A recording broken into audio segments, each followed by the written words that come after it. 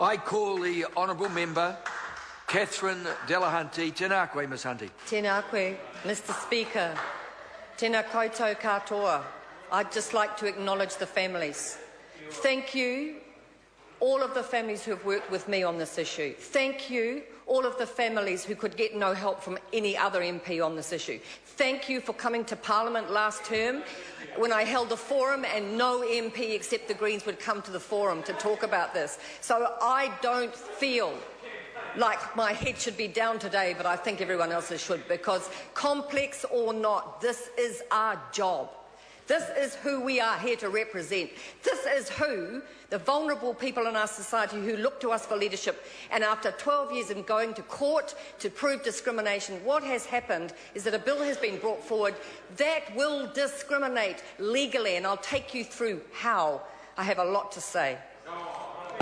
Number one, this legislation discriminates against family carers who are allowed to be paid lower rates for the same work. Now, the principle of the court case was recognising it was discrimination, and now this bill entrenches the fact that they can be paid less for doing the same work as other people. That is a new discrimination.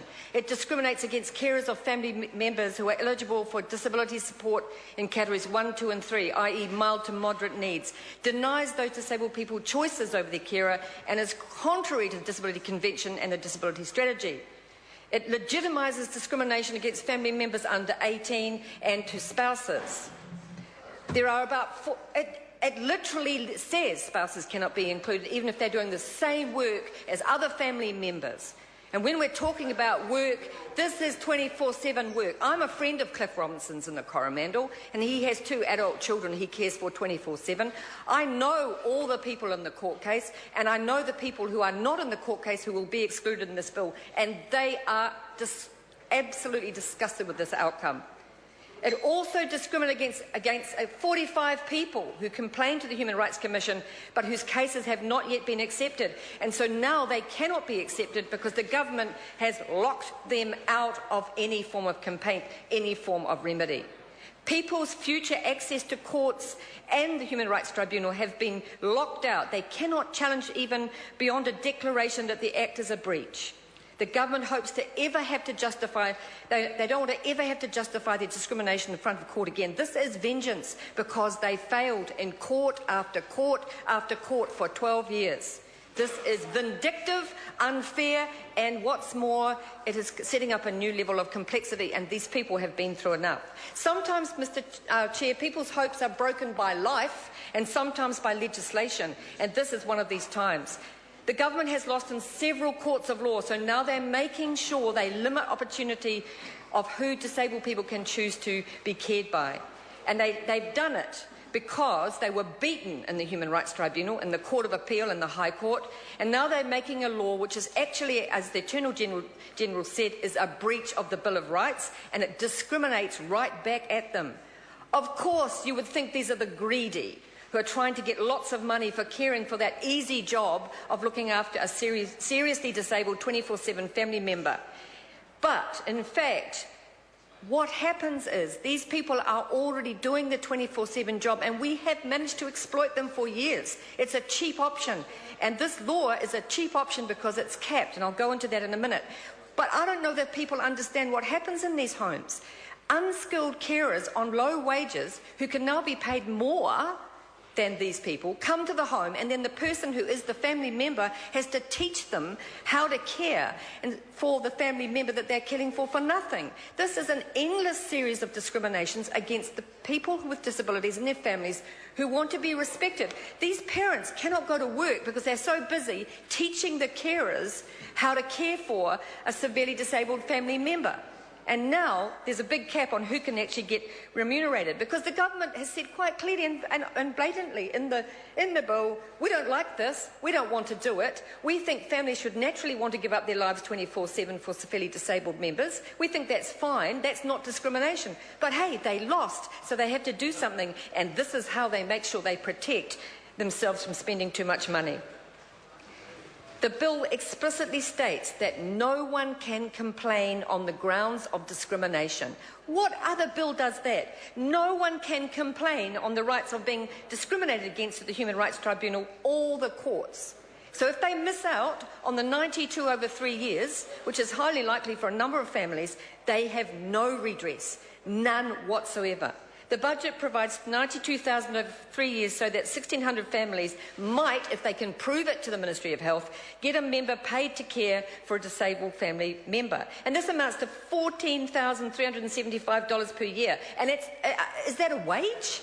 It's a pittance. It's less than what carers get, but that was always the plan. The plan was when they lost in court, which they kept throwing public money at, and they've lost many times, they were going to make sure that whoever got paid a small amount. $14,000 a year for the 1,600 families who were lucky enough to get into the scheme. And you call, and Mr. Speaker, you cannot, sorry, not you, Mr.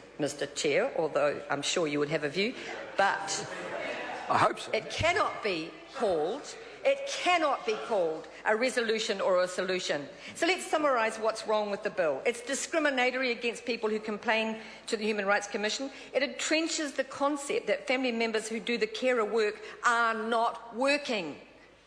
25 years ago, Marilyn Waring wrote a book called Counting for Nothing. It was about the work that doesn't get valued in our society, the backs of the people we run off, and that's what she was talking about 25 years ago, and this is what's being entrenched in law today, that these people are not working.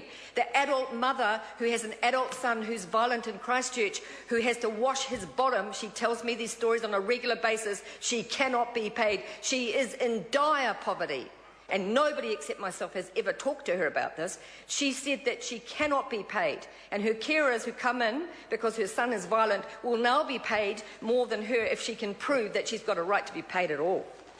It's outrageous, as Sue Keachley once used to say on a regular basis. However, gives all the power to the Ministry of Health and the DHB rather than setting up a newer and fairer framework to negotiate a payment. We have always said this was a complex issue, and we have always said we should not walk away and that there should be a cross-party approach.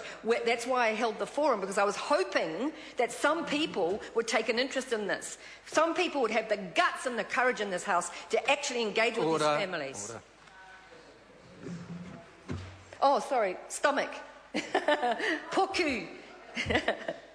Is that better? Courage might be a word. Courage. Fortitude. Anything. I think the families would accept any of those words. That's who I'm trying to speak for here today. It caps the fund so that those people who are not accepted by the DHB or the ministry will not get it.